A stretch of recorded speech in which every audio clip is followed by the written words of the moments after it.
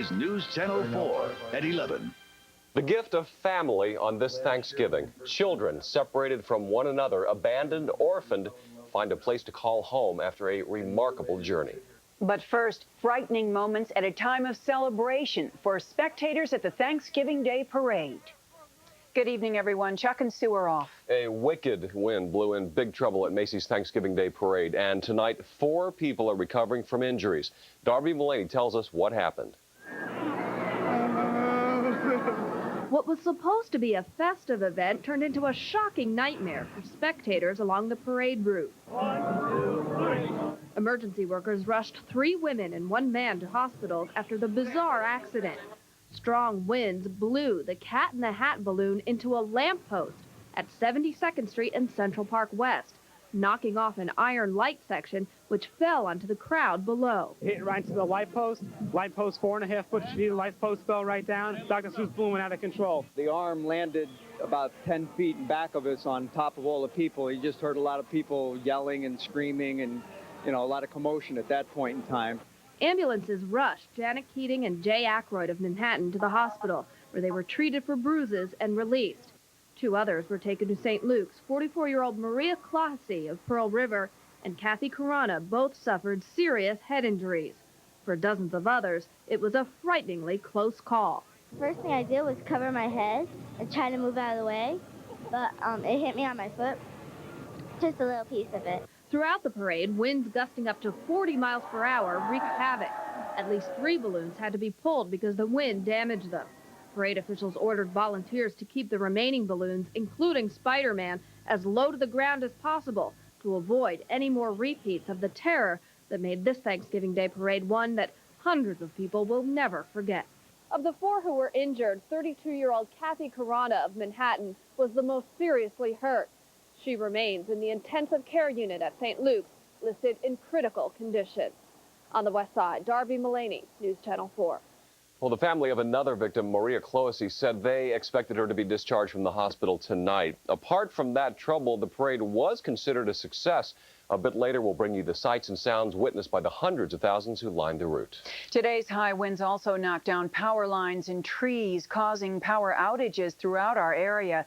Thanksgiving dinner had to be put on hold for thousands of households that depend on electricity to cook.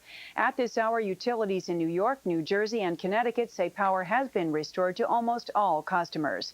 And high winds are being blamed for a tragic death in Upper Freehold Township this morning. Police say it happened during a fox hunt. A woman riding horseback was hit in the head by a tree branch that snapped in the wind. They identified the victim as 31-year-old Hillary Siegel of Massachusetts. She was rushed to Robert Wood Johnson University Hospital in Hamilton, but was pronounced dead shortly after arrival. A friendly football game today turned into a bloody assault in the Bronx. Tonight, 2 men are dead, 3 men are recovering from a shooting police say could be gang-related. Sheila Steinbeck has the latest. It was a many shot, about 10, 20. It was many more. Lillian Colon was one of the residents who heard the gunfire during the late afternoon. Several young men were playing football when 1 or 2 men approached the game and opened fire. The officers came and one of the guys that got shot on this side over here said to the officer, my brother has been shot. And apparently he was giving his own brother CPR. Those brothers may have been twins. The brother who was shot was fleeing the scene of the football game, according to eyewitnesses, falling about 300 feet away. It might have been some type of a dispute. We don't have anything further at this time. We're still doing interviews and canvassing the development. Police have not ruled out the possibility that this could be drug-related or gang-related, but they haven't discussed why they have those beliefs. They do say that some of the victims are known to be involved in either drug or gang activity. All I know is there's supposed to be a season to be getting together and friendly and stuff, and they shooting bullets, and I don't understand it. Police continue to look for clues of who shot the 5 young men, all under age 26. Sheila Steinbeck, News Channel 4. The 3 men wounded in the shooting are all listed in serious condition tonight. Authorities want to know whether a body found floating in a New Jersey lake is that of a missing Manhattan woman. The headless and handless torso was discovered in Columbia Lake in Knowlton Township in Warren County. Police say since the identifying parts of the body were removed, they have few clues. Camden Sylvia and her live-in boyfriend Michael Sullivan have been missing since November 7th. Neighbors say they were involved in a rent dispute with their landlord, Robert Rodriguez. He's now resurfaced after being missing for almost 2 weeks. Through his attorney, Rodriguez says he has no plans to talk with police about the disappearance of his tenants. Well, it seems Saddam Hussein's invitation yesterday to inspect his palaces was nothing more than an empty gesture. Now, he says, UN weapons inspectors will still be denied access. The palace invitation extends only to diplomats and scientists, as it turns out. Iraq says if inspectors try to enter looking for weapons of mass destruction, they'll be stopped at the gates and kicked out of the country. Here's Iraq's foreign minister. We are from the very beginning refusing the intrusive, ill-motivated work of the Special Commission pushed by the United States of America. In another show of force, the Iraqi government today paraded special commando units throughout the streets of Baghdad. President Clinton's response to all this: Iraq must provide unconditional access to UN weapons inspectors. In Israel, Prime Minister Benjamin Netanyahu has handed an olive branch of sorts to Palestinian leaders. In an effort to restart the stalled peace talks, he's proposed turning over more land to the Palestinians while giving them a chance at, quote, maximal self-government. The Prime Minister says he remains optimistic about the peace process. Viewed objectively, this could give us all a path to move forward, a path of hope and a path for peace. And I hope this opportunity is not lost. I hope it's taken up in good spirit by the Palestinians. Well, now right-wing Israelis are furious with Netanyahu. Posters depicting the Israeli leader wearing an Arab headdress with the caption, "The Liar," were spotted in Jerusalem. A new report from the UN tonight says Cuban Americans are helping prop up the troubled economy of the communist nation by sending millions of dollars to their island homeland. The upcoming report estimates that in 1996, individual exiles and private organizations sent Cubans more than $1 billion, channeling nearly as much money into the Cuban economy as tourism or sugar exports. The Board of Education and the city are moving closer to a compromise on ways to improve school security. Mayor Giuliani has repeatedly called for the police department to run the school safety division. The Board of Ed says they're willing to be flexible, perhaps allowing police involvement only in troubled city schools. Discussions are also focusing on how school safety officers can be better trained. Could be bad news for retailers on the eve of the official start of the holiday shopping season. A new survey out that says shoppers will be spending less this year. That national survey, conducted by researchers at Syracuse University, says the average shopper will spend about $770 on gifts. That's down about $114 from last year. People say they will also be putting less on their credit cards. And coming up, more reasons to be thankful in the McCoy home, a holiday update on the septuplets. And a Thanksgiving Day protest by Native Americans in Plymouth turns nasty. We're back in 60 seconds. Well, the parents of the Iowa septuplets are counting their blessings this Thanksgiving. Their week-old babies are getting stronger every day. 6 of the 7 babies are now breathing on their own. Only Nathan is still on the ventilator. Doctors now say the chances of all 7 surviving stands at 98%. Parents Bobby and Kennedy spent the day at the hospital with their brood. However, it'll be January before the children are allowed home. The Dion Quints won't be getting money from the Canadian government. The 3 surviving Quints sued for part of $500 million they made for the government. They were the first known surviving quintuplets back in 1934. They all became famous after becoming wards of the state. They were put on display in a theme park atmosphere and viewed by millions of tourists. But a judge said there will be no compensation, that a trust fund established back then should have been enough to support them. There was trouble in Plymouth, Massachusetts today, where a protest by Native Americans turned violent. The melee began when demonstrators tried to march down a historic street. 20 people were arrested. Native Americans in New England have protested on Thanksgiving for 28 years, calling it a national day of mourning. President Clinton and the First Family are spending this Thanksgiving at Camp David. Earlier, Mr. Clinton played golf with his brothers-in-law. Later, a traditional dinner with the entire family, including Chelsea, who's home on a holiday break from college.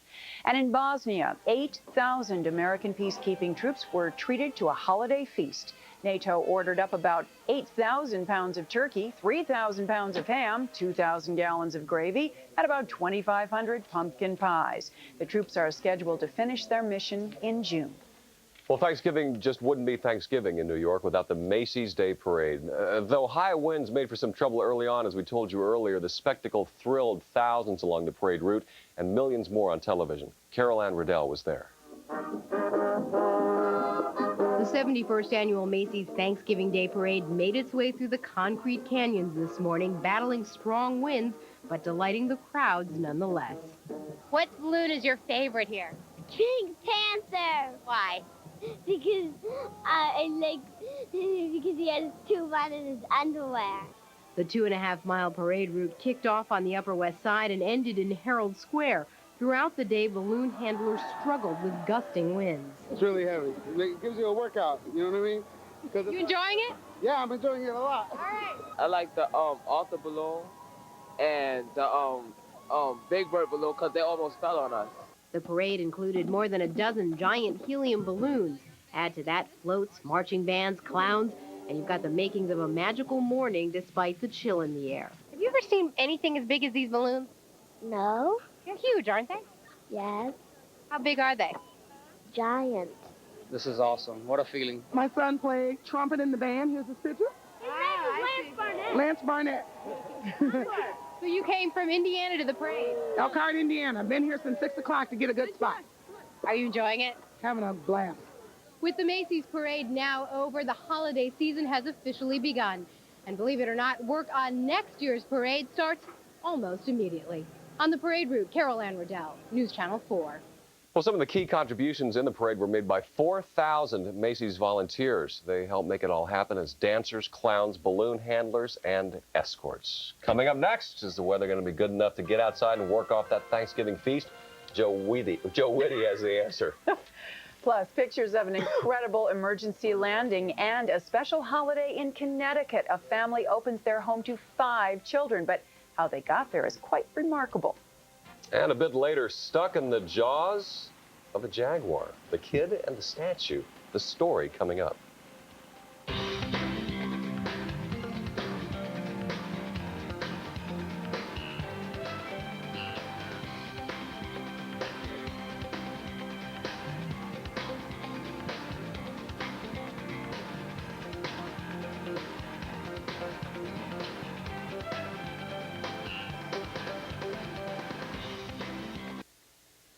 A cargo plane made a spectacular emergency landing in Belgium after its nose wheel failed to go down. It happened late last night.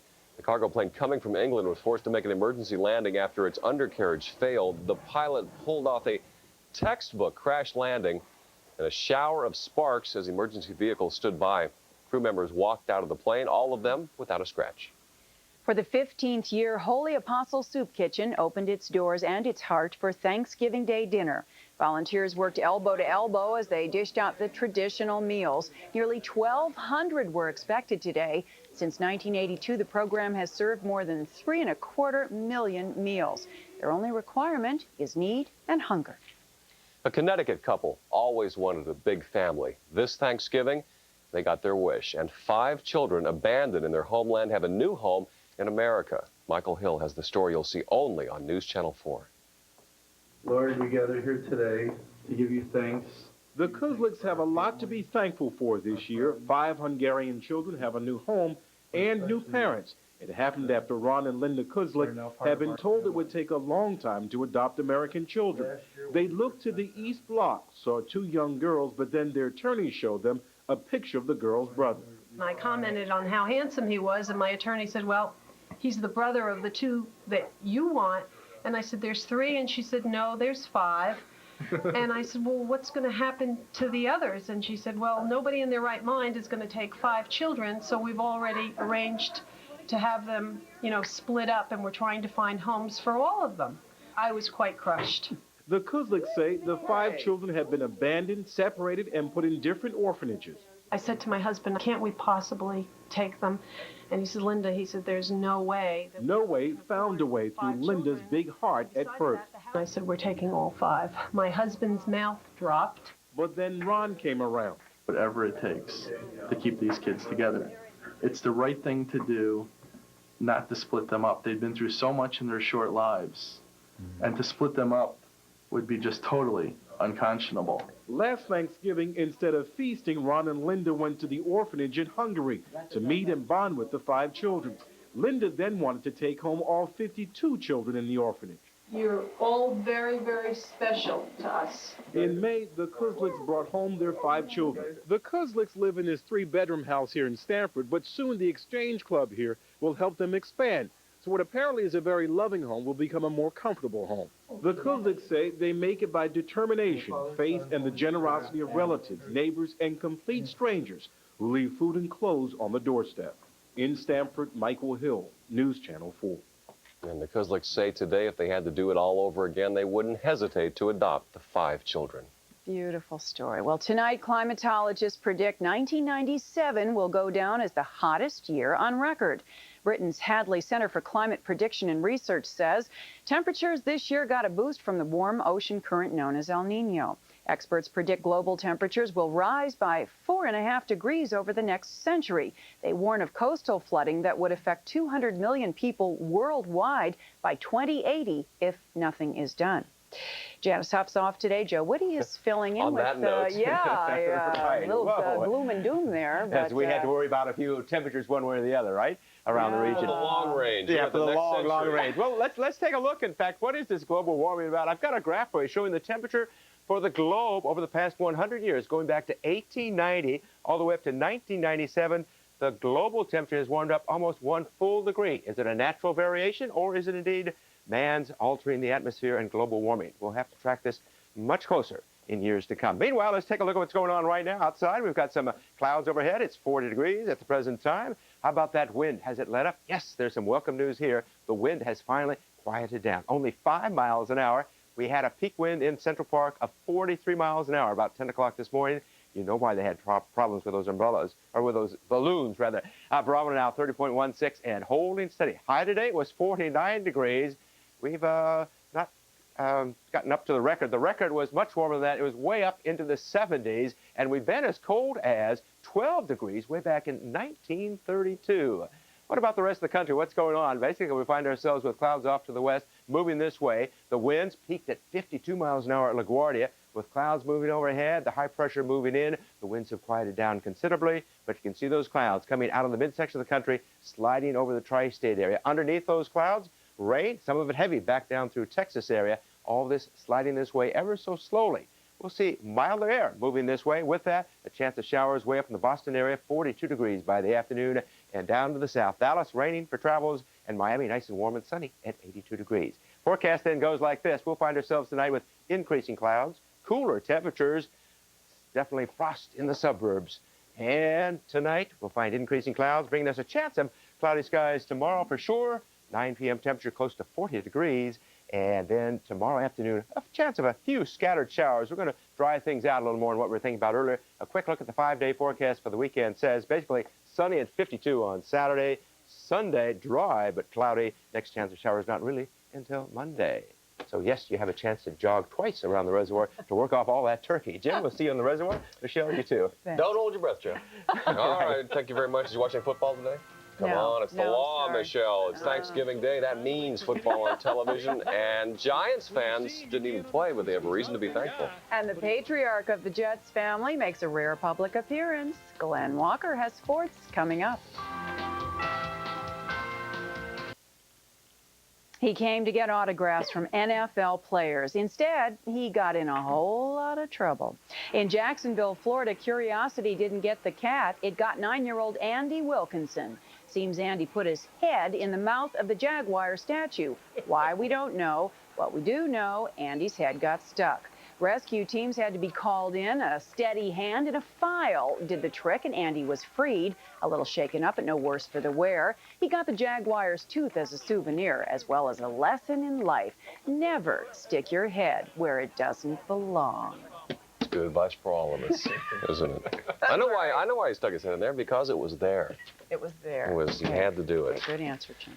Glenn Berman is off today. Glenn Walker is filling in. Felt like I was watching the death of a dynasty today in that Cowboys game. It's the Cowboys.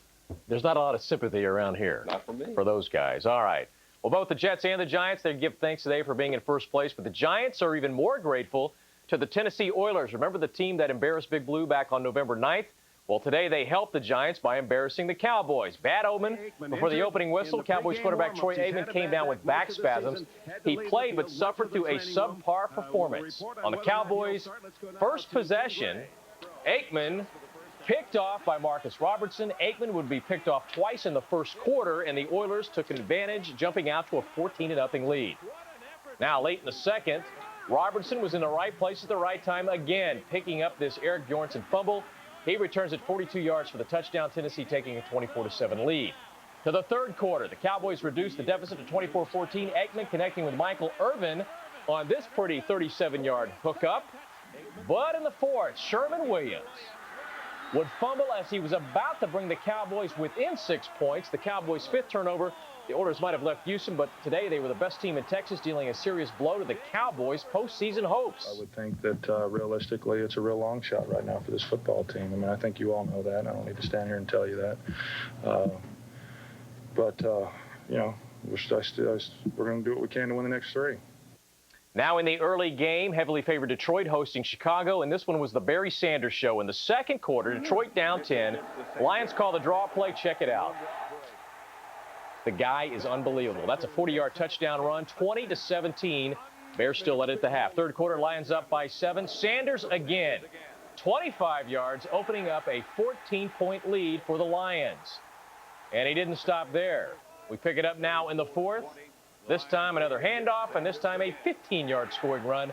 Open the record books. He ties Marcus Allen's NFL record, 11 straight 100-yard games, and he passes Eric Dickerson for second place in NFL history on the rushing list. Lions win at 55-20. Sanders finished 167 yards. And, of course, he got first dibs on that Thanksgiving turkey. We played well, and I'm just glad I'm still able to come out and play at a high level.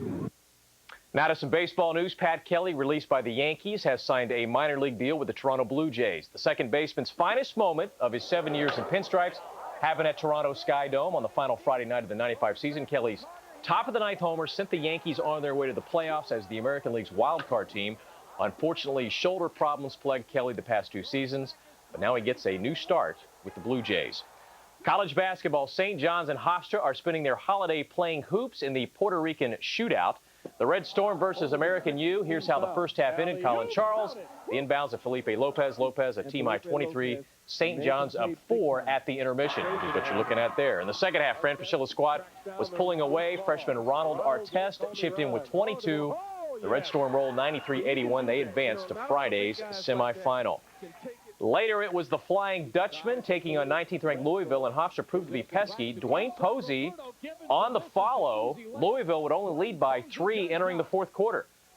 But Hofstra would be plagued by just too many turnovers tonight. Nate Johnson will convert this steal into a layup, but it wasn't easy. Louisville was able to prevail by just 9 points. Jets guard William Roberts will miss the rest of the season with a sprained knee, and Bill Parcells may now be in charge of every aspect when it comes to running the New York Jets. But on Thanksgiving Day, even tuna takes a backseat to Leon Hess, a thankful owner whose team is 8-4 and no longer a turkey. We're fortunate to have him. He's been able to put life and discipline into the team, and we're just thrilled with him. I have experiences of walking along the street and a cop or if there's a fire truck and a couple men that come over and say, Mr. Hess, thanks for bringing Coach Parcells in. It's a thrill. I didn't realize Leon ever had to walk down the street. I thought he probably rode in a limo all the time. Occasionally, he still visits the street. Nice to see the patriarch a happy man. Absolutely. He deserves waited a long time. Thank you, Glenn. Still ahead, everyone. A final word. We'll be right back. Tomorrow morning on Today in New York, the day after Thanksgiving, and that means, of course, the official start of the holiday shopping season. Dolls are a hot Christmas gift, and we're going to show you some of the finest dolls around. They're made right in Harlem. Also tomorrow morning, Jeffrey Lyons will tell us which new movies would be perfect to top off your holiday weekend. So start your Friday with Today in New York beginning at 5:30 a.m. That's it for News Channel 4 at 11, everyone. The Tonight Show with Jay Leno is next. Good night and happy Thanksgiving.